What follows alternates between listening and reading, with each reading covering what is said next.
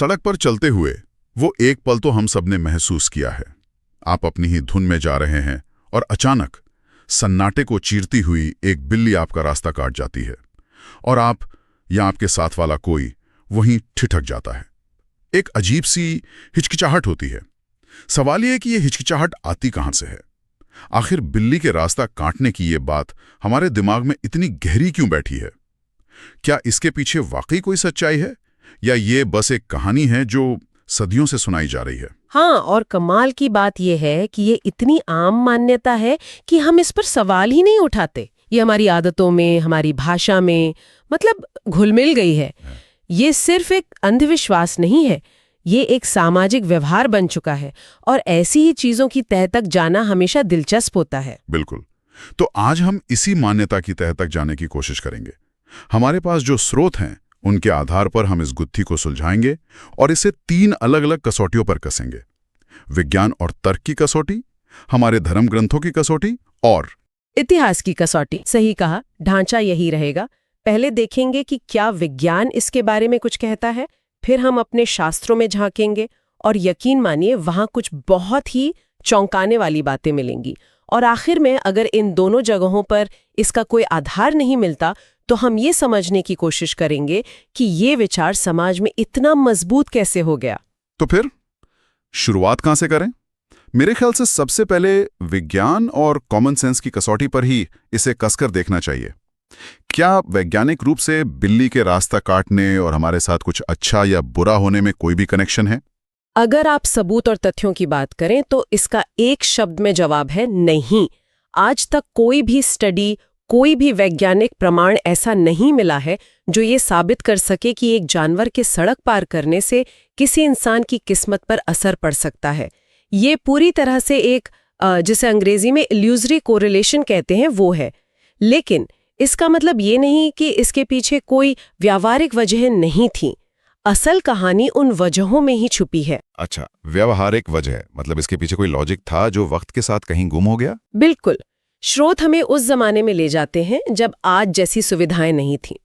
पहली और सबसे सीधी वजह है बिल्ली का रात्रिचर होना। मतलब बिल्लियां रात में ज्यादा एक्टिव रहती हैं।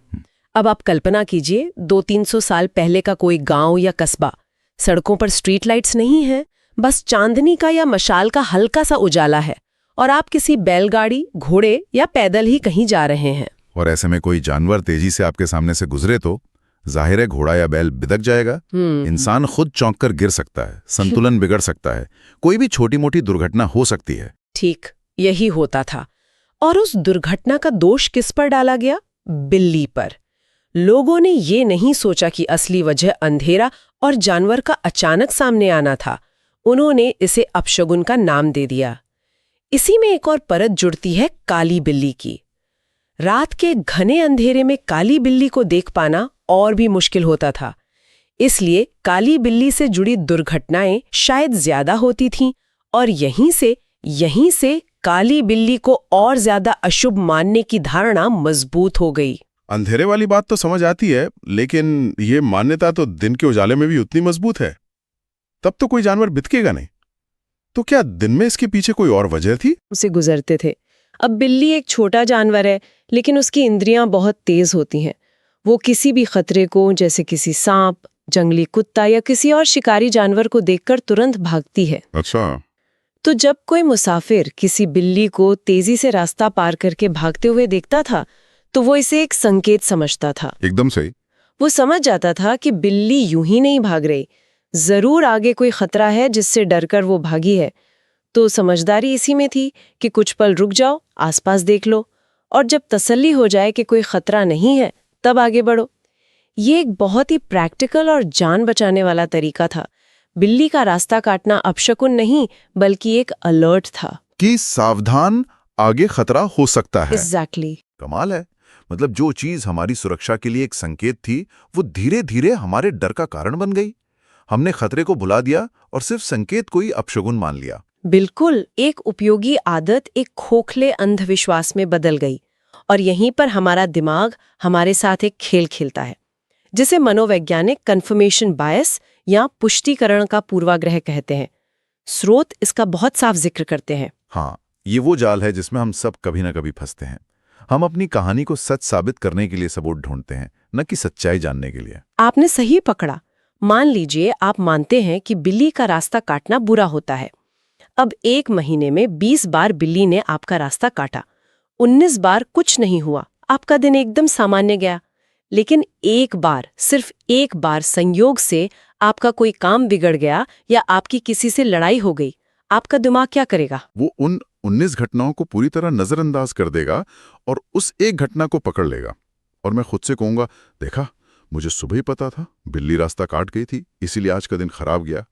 और मेरा वो अंधविश्वास और भी पक्का हो जाएगा। यही है कन्फर्मेशन बायस। ये सिर्फ बिल्ली के साथ नहीं होता। हम अक्सर सोचते हैं कि मैंने अभी अपने दोस्त के बारे में सोचा ही था और उसका फोन आ गया, जरूर कोई कनेक्शन है। हम ये भूल जाते हैं कि हमने हजारों बार उसके बारे में सोचा है और उसका फोन नहीं आया। हम सिर्फ उस एक संयोग को याद रखते हैं जो हमारी धारणा को सही साबित करता है। ये एक बहुत शक्तिशाली मनोवैज्ञानिक जाल है। तो वैज्ञानिक और तार्किक नजरिए से देखें तो ये मामला साफ है। ये कुछ पुरानी व्यवहारिक वजहों और हमारे दिमाग के एक धोखे का नतीजा है। लेकिन ये बात फिर भी पूरी तरह गले नहीं उतरती। इतनी मजबूत मान्यता सिर्फ इसी वजह से बनी होगी? इसका असली दम तो तब आता है जब लोग इसे धर्म से जोड़ते हैं। कहते हैं, हमारे शास्त्रों में लिखा है। तो चलिए इस दावे को भी परखते हैं। क्या वाकई हमारे किसी बड़े धर्म ग्रंथ में, वेद, पुराण, गीता, रामायण, कहीं इसका कोई जिक्र है? ये इस पूरी कहानी का सबसे बड़ा भ्रम है और हमारे स्रोत इस बारे में बिल्कुल एक मत हैं कि किसी भी प्रामाणिक हिंदू शास्त्र में, मैं फिर दोहराती हूँ, किसी भी प्रामाणिक शास्त्र में बिल्ली के रास्ता काटने को अपशकुन नहीं बताया गया है। वेदों में बिल्ली को एक सामान्य वन्य जीव की तरह देखा गया है। उससे जुड़ा कोई श्राप, कोई दोष, कोई मनाही, ऐसा कुछ भी नहीं है। एक भी जगह नहीं। सच कहूं तो मुझे उम्मीद थी कि कहीं ना कहीं तो कुछ धुंधला सा जिक्र होगा। ये तो पूरी धारणा को ही पलट देता है। ये सिर्फ धारणा को पलटता नहीं है, ये उसे सिर के बल खड़ा कर देता है। क्योंकि जब हम पुराणों की दुनिया में जाते हैं तो वहां कहानी बिल्कुल उल्टी है। स्रोतों के अनुसार स्कंद पुराण, जो 18 महापुराणों में से एक है, उसके कात्यायनी महात्म्य में एक बहुत स्पष्ट उल्लेख मिलता है। वहां बताया गया है कि बिल्ली देवी षष्ठी का वाहन है। देवी षष्ठी का वाहन? ये तो वही देवी है ना जिनकी पूजा बच्चों के जन्म पर और उनकी लंबी उम्र और स्वास्थ्य के लिए की जाती है, खासकर बिहार और पूर्वी उत्तर प्रदेश में छठ पूजा के दौरान। बिल्कुल वही। देवी षष्ठी को बच्चों और प्रसूति की रक्षा करने वाली देवी माना जाता है। वो मातृत्व और संरक्षण की देवी हैं। अब आप सोचिए, जो जानवर एक ऐसी देवी का वाहन हो जो बच्चों की रक्षा करती है, वो अपशकुन या अशुभता का प्रतीक कैसे हो सकता है?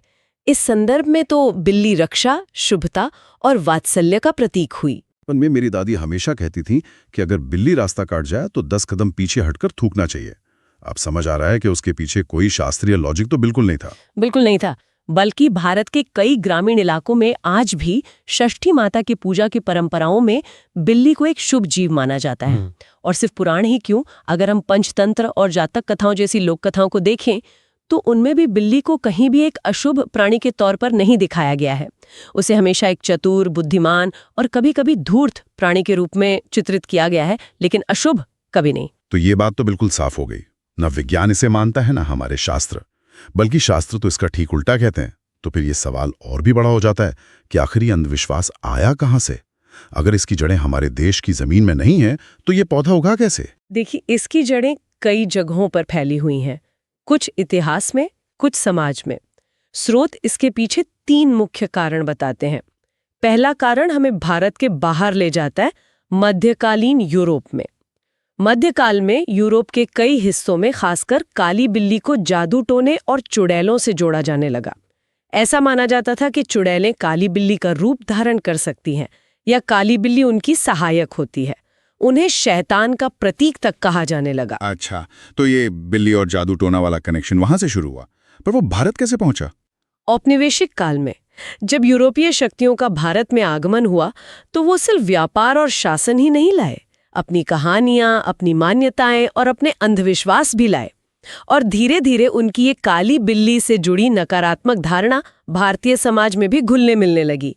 ये एक संभावित बाहरी प्रभाव था। और बाकी 2 कारण वो तो यहीं के होंगे। हाँ, वो पूरी तरह से देसी है।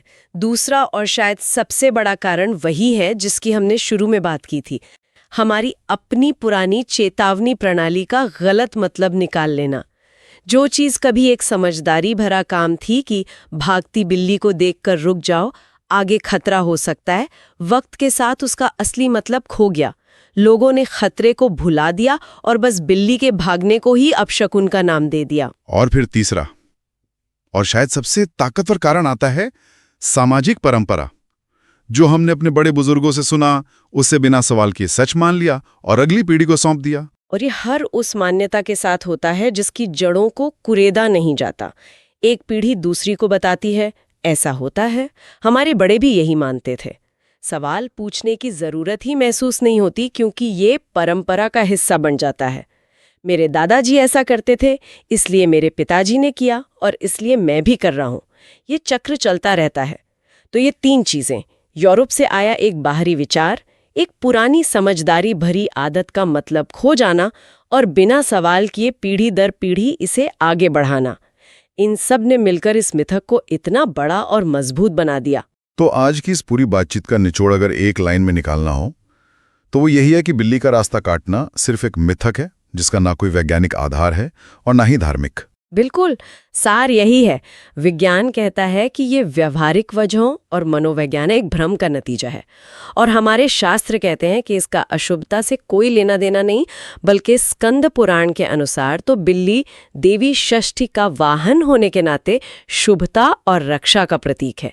ये सिर्फ एक लोक मान्यता है जो ऐतिहासिक गलतफहमियों और सामाजिक आदतों के कारण हम पर हावी हो गई है। वाकई ये जानना कि जिस बात से लोग इतना डरते हैं वो असल में शुभता का प्रतीक हो सकती है, ये अपने आप में एक बहुत बड़ी और राहत देने वाली बात है। और ये पूरी चर्चा मेरे मन में एक बड़ा सवाल भी छोड़ जाती है। क्या सवाल? सवाल ये कि जब बिल्ली के रास्ता काटने जैसी एक छोटी सी व्यवहारिक चेतावनी जो कभी हमारी सुरक्षा के लिए बनी थी, वो समय के साथ इतना बड़ा अंधविश्वास बन सकती है, तो हमारे आज के जीवन में और कौन-कौन सी ऐसी मान्यताएं या आदतें हैं जिन्हें हम बिना सोचे समझे, बिना कोई सवाल किए बस मानते चले जा रहे हैं? क्या पता उनके पीछे भी कोई ऐसी ही भूली बिसरी व्यवहारिक वजह छिपी हो जिसका आज के दौर में कोई मतलब ही ना बचा हो। इस पर सोचना